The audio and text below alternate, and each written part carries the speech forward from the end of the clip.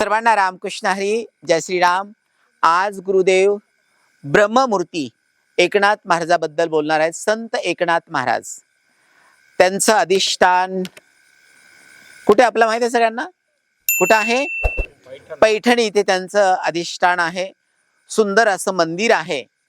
आपण ज्यावर संत चरित्र जेव्हा वाचतात तर संतांची काय भक्ती होती, ते भगवंताशी कसे एकरूप झालेले होते हे आपल्या लक्षात येतं. वाचन करताना आपण तर प्रत्यक्षात बघितलेलं नाहीये, पण ज्यावेळेस आपण वाचन करतात आणि ज्यावेळेस त्या भगवंताचा आणि त्या भक्ताचा सुसंवाद किंवा दृष्टांत किंवा जे जे काही एक आध्यात्मिक प्रसंग घडलेले आहेत तर ते ऐकून आपल्याला आश्चर्य वाटतं. कारण की बघा, मनुष्य हा देह क्षणभंगूर आहे. त्या संतांनी पराकोटीची भगवंताची भक्ती केली, जो निर्गुण निराकार आहे. तो सगुण साकार होतो. तुम्ही म्हणाल, गुरुदेवा तुम्ही काय बोलताय? प्रत्यक्षात दगडाची मूर्ती संताच्या हाताचा नैवेद्य ग्रहण करते. तर तुम्हाला ऐकायला काय कसं वाटत असेल मला माहित नाहीये, पण मी जे संत चरित्र वाचले किंवा संतांचं जे मी वाचन करतोय तर असं लिहून ठेवलेलं आहे की एकनाथ महाराजांच्या हाताने भगवान परमात्माने, पांडुरंगाने, भगवान श्रीकृष्णाने तो नैवेद्य स्वीकार केला. हे मी का सांगत आहे? एक चमत्कार साक्षात्कार म्हणून सांगत नाहीये, तर भगवान परमात्मा भावेचा भुकेला आहे. आज त्यांच्या गाथेतली मी 2 ओव्या आणलेल्या आहेत त्यांच्या गाथेतल्या. आणि आत्ता साधू संतांची का गरज आहे? साधू संतांच्या सान्निध्यामध्ये आपल्याला का जायचंय? साधू संतांच्या सान्निध्यामध्ये काय आहे? आणि आतापर्यंत या महाराष्ट्राला साधू संतांनी काय दिलेलं आहे, ह्या ओवीच्या माध्यमातून आपल्याला लक्षात येईल. एकनाथ महाराजांच्या ह्या ओव्या त्यांच्या गात्यातून घेतलेल्या आहेत. आणि 19 क्रमांकाची आणि 20 क्रमांकाची ओवी आहे. मी पहिल्या प्रथम तुम्हाला वाचून दाखवतो, आपल्या सगळ्यांना श्रवण करायचंय. संत चरणी जो विनटला, तो निज प्राप्तीसी पावला.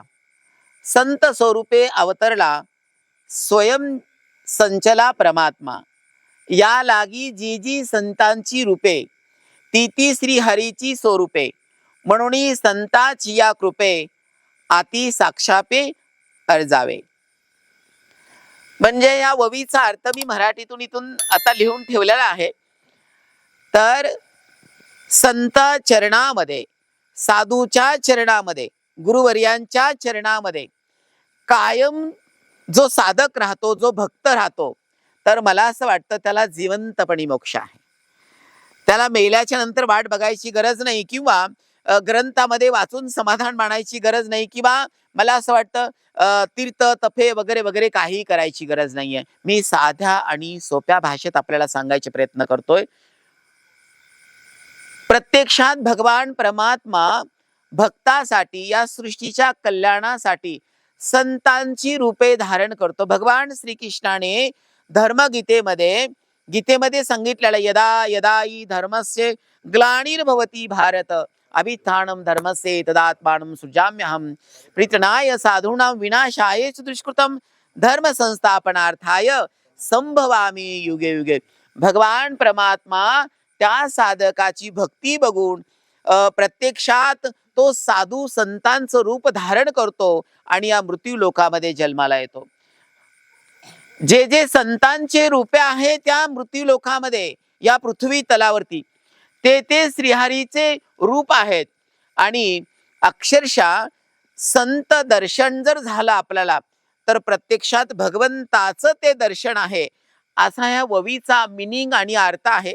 मी माझ्या विवेकाला किंवा माझ्या बुद्धीला जेवढा जमेल तेवढा सांगायचा प्रयत्न केलेला आहे. आणि मला असं वाटतं की संतांप्रती जास्त परिचय द्यायची गरज नाहीये, जास्त त्यांच्यावरती बोलायची गरज नाहीये. कारण संत तेची भगवंत, भगवंत तेची संत. मला असं वाटतं नुसतं नाव जरी मुखामध्ये आलं तरी आपण त्या सद्गतीला प्राप्त होतात. ओव्या घेण्याचं कारण काय आहे? कारण की साधू संतांचं तुम्हाला स्मरण व्हावं, ही महाराष्ट्र भूमी संतांची भूमी आहे.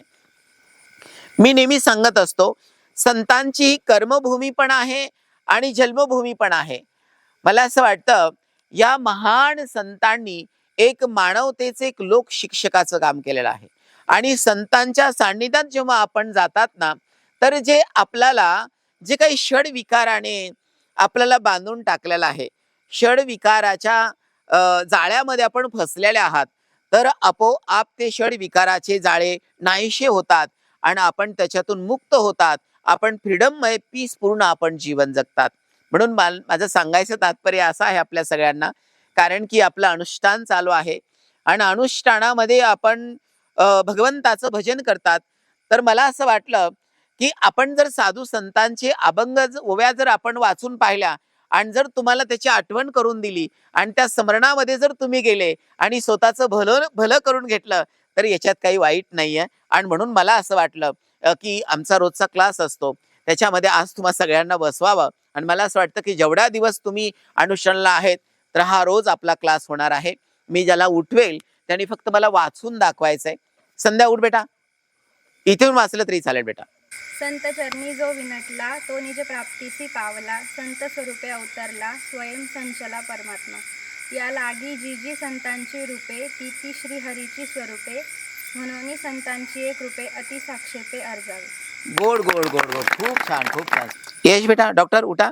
संत चरणी जो विनटला तो निज प्राप्तीसी पावला, संत स्वरूपे अवतरला स्वये संचला परमात्मा.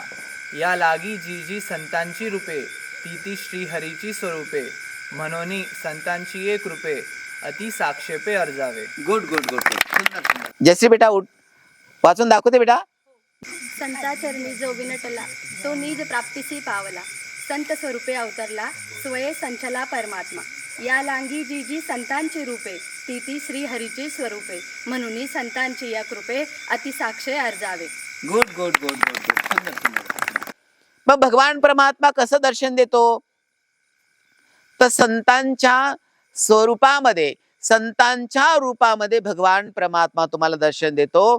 पण सर्वात महत्वाची गोष्ट आहे, तुमची त्या संतावरती, साधूवरती विश्वास असणं, श्रद्धा असणं फार गरजेचं आहे. कारण भगवान परमात्माने भक्तासाठी साधू संतांचे रूप धारण केलेले आहेत. कारण संतांचं रूप भगवंत धारण करतो म्हणजे तुम्हाला एवढं सोपं करून देतो. पण आपला विश्वास कितीपत आहे मला सांगता येणार नाहीये. कारण ज्याचा विश्वास आहे त्याला देव त्याच्या जवळ आहे. ज्याचं संतांचरणी प्रेम आहे, ज्याचा भाव आहे, तर त्याला तीर्थयात्रा तिथेच आहे. तुझं आहे तुझं पासी परी तू जागा चुकलाशी. आज एकनाथ महाराजांची जर आपण काय म्हणू गाथा जर बोलायची म्हटलं, सांगायची म्हटलं, तर त्यांच्या आयुष्यामध्ये अनंत साक्षात्कार झाले आणि त्यांनी जशी आपण माणसावरती दया करतात तशी त्यांनी मुख्या प्राण्यावरती ती दया दाखवलेली आहे. अनेक दृष्टांत आहेत. कारण की वेळेचं सगळ्या गोष्टी बघून मी फक्त ओवीचा मिनिंग तुम्हाला सांगायचा प्रयत्न केलेला आहे. आणि सर्वात महत्वाची गोष्ट आहे की साधू संतांच्या सान्निध्याचं दर्शनाचं महत्व कबीर म्हणतात. एक घडी आदि में पोनी आद, कबीर संगत साधू की कटे कोठी अपराध. म्हणजे संत कबीर म्हणतात, एक क्षण जरी साधूचं दर्शन झालं, भेट झाली, तरी अनंत जन्माच्या पापाचा नाश होतो. अनंत जन्माचे पाप जळून जातात आणि मनुष्य तीर्थासारखा पवित्र होऊन जातो. म्हणून मला असं वाटतं की ओवी तुमच्या डोळ्यासमोर यावी आणि त्या डोळ्यातून आपोआप ती हृदयापर्यंत पोहोचावी. आणि म्हणून आज श्री एकनाथ महाराजांची, संत एकनाथ महाराजांची मी ह्या 2 ओव्या घेतलेल्या आहेत त्यांच्या गाथ्यातून. तर मला असं वाटतं आज जर ही ओवी तुम्हाला आवडली असेल, तुम्हाला ह्या ओवीचा सत्संग आवडला असेल, तर निश्चित उद्या अनुष्ठान संपल्याच्या जेव्हा घरी जाल ना, तेव्हा ती गाथा उघडून बघा, ती गाथा एकदा वाचा आणि खरोखर एक एक ओवी, मला तर असं वाटतं ती ओवी म्हणजे भगवंताचं स्वरूप आहे. ओवी आपण उच्चारल्याबरोबर भगवान परमात्माचं मंगल नाम आपल्या मुखामध्ये येतो आणि अनंत जन्माचा जो अपराधी जीव आहे, अनंत जन्माचा काही पीडित जीव आहे तो जीव सद्गतीला प्राप्त होतो, ते त्याला आनंद आणि सुख मिळतं. माझं सांगायचं तात्पर्य एवढंच आहे आपल्या सर्व सज्जनांना, माझ्या माता भगिनींना, धर्मधन भाग्यवंतांना, की संतांच्या सान्निध्यात राहायला शिका, संतांचं साहित्य वाचायला शिका. आणि ही महाराष्ट्र संतांची भूमी आहे.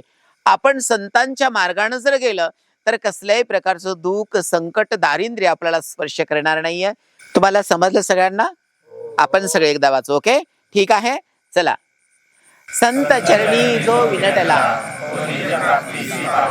संत स्वरूपे अवतरला, स्वये संचला परमात्मा. या लागी जी जी संतांची रूपे, जी जी श्री हरीची स्वरूपे, म्हणून संतांची रूपे अभिसापेक्षे अर्धावे.